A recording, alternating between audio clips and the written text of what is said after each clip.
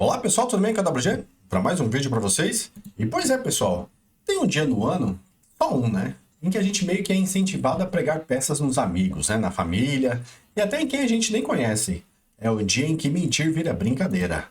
Bora mergulhar na história por trás do dia da mentira e entender de onde veio essa tradição tão maluca, né? É uma ideia bem doida, né? Pensa bem, em 364 dias do ano, todo mundo fala que a honestidade é tudo. Mas aí, num belo dia, a gente celebra a enganação. Para entender como isso faz sentido, a gente precisa voltar bastante no tempo, para uma época sem internet, claro, né?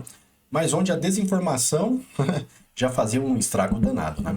Por mais incrível que pareça, né, a história do Dia da Mentira não começa como uma piada ou uma risada. Na verdade, ela começa como um decreto de um papa e uma confusão gigantesca por causa de um calendário. Tudo isso lá na França do século XVI. Tenta imaginar como era viver numa época sem notificação no celular, sem notícias na TV, né? Nada disso. Pois é, em 1582 o Papa Gregório XIII chegou e mudou o calendário. O ano novo que o pessoal comemorava ali no começo de abril, de repente passou a ser em 1º de janeiro. A questão era, como avisar um país inteiro sobre essa mudança? Bom, com muita, mas muita dificuldade, né? E foi aí, claro, que a bagunça toda começou. E foi basicamente isso, né? A galera que não ficou sabendo da novidade, ou que simplesmente era teimosa, não quis mudar o costume, continuou comemorando em abril. E o que aconteceu é que acabaram virando um motivo de piada, né? O pessoal mandava convite para festa que não existia, dava presente esquisito, e assim nasceram os primeiros tolos de abril. Mas é claro que essa história não ficou só na França, né? Uma ideia tão diferente assim acabou se espalhando. Vamos dar uma olhada em como cada cultura deu o seu jeitinho, né, para essa arte da pegadinha. Lá na França, por exemplo, a brincadeira ganhou um nome até chique, né?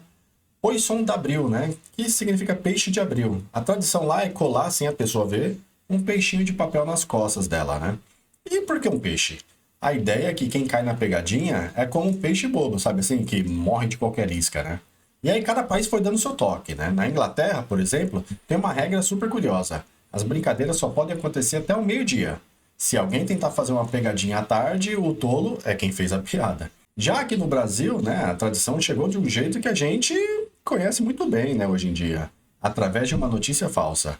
E que jeito de começar, hein? Em 1828, um jornal de humor, né, que tinha um nome perfeito para a ocasião, A Mentira, publicou logo na sua primeira edição que o imperador Dom Pedro I tinha morrido. Imagina só o alvoroço disso na época, né? Claro que no dia seguinte desmentiram tudo, mas o estrago já estava feito, né? E foi assim, né? Uma fake news daquelas que o 1º de abril chegou com tudo no Brasil. Aí, claro, com a chegada do rádio e depois da TV e a internet, né? A brincadeira mudou completamente de nível. As pegadinhas deixaram de ser uma coisinha entre amigos e viraram eventos gigantes, né? Para enganar milhões de pessoas de uma vez. E talvez a pegadinha mais clássica de todas seja a da BBC, né? Lá em 1957.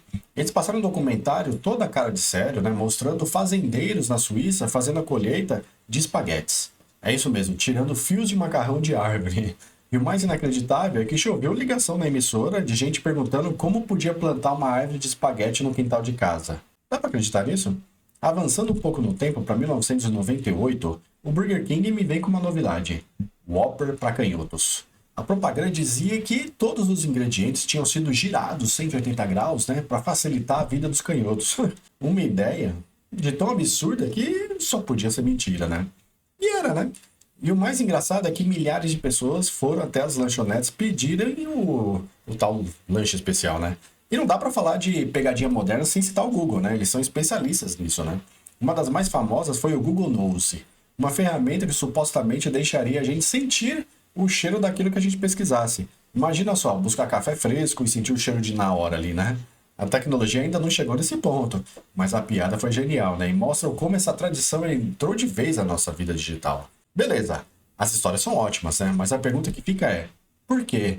O que explica essa vontade que a gente tem de pregar peças, né? E vamos ser sinceros, né? Até de cair nelas de vez em quando. A resposta para isso está na psicologia por trás da coisa toda. O segredo todo está na intenção. Uma mentira de verdade, aquela maliciosa, ela tem o objetivo de machucar, né? De manipular. A pegadinha de 1º de abril é outra história, né? Ela é como se nesse dia todo mundo combinasse, né? Sem precisar falar nada, que hoje pode. O objetivo não é prejudicar ninguém. É só dar umas risadas, né? Criar um momento divertido, né? É como se a gente ganhasse uma licença social para brincar, né? Por 24 horinhas, as regras sobre ser 100% verdadeiro ficou meio, né, suspensa, vamos dizer assim. Tem uma alegria nisso, né? Quebrar a rotina, fazer uma travessura, vira um grande jogo coletivo. E a graça toda é que todo mundo sabe que no fundo, é só zoeira. Então, no final das contas, qual é a moral da história? Numa era em que a gente é bombardeado de informação por todos os lados, o que uma tradição antiga sobre mentiras pode ensinar pra gente hoje?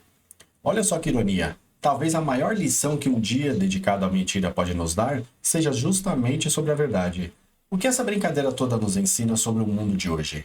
A lição é justamente essa, né? O 1º de abril é o dia perfeito para a gente exercitar o nosso lado mais cético. É um lembrete para a gente sempre questionar, né? Checar a fonte, não sair acreditando em tudo que aparece na frente, né? Num mundo lotado de fake news, esse dia vira quase um treinamento, né, de sobrevivência. É um treino de pensamento crítico, só que disfarçado de brincadeira. Então, fica aí o pensamento final. A maior pegadinha, no fim das contas, talvez não seja a mentira que conta pra gente. Talvez seja a nossa própria facilidade em acreditar nelas sem pensar, né? É um jeito bem humorado de lembrar que os outros 364 dias do ano, a gente também precisa ficar com os olhos bem abertos e a mente sempre ligada. Nos vemos no próximo vídeo. Um abraço a todos e tchau, tchau!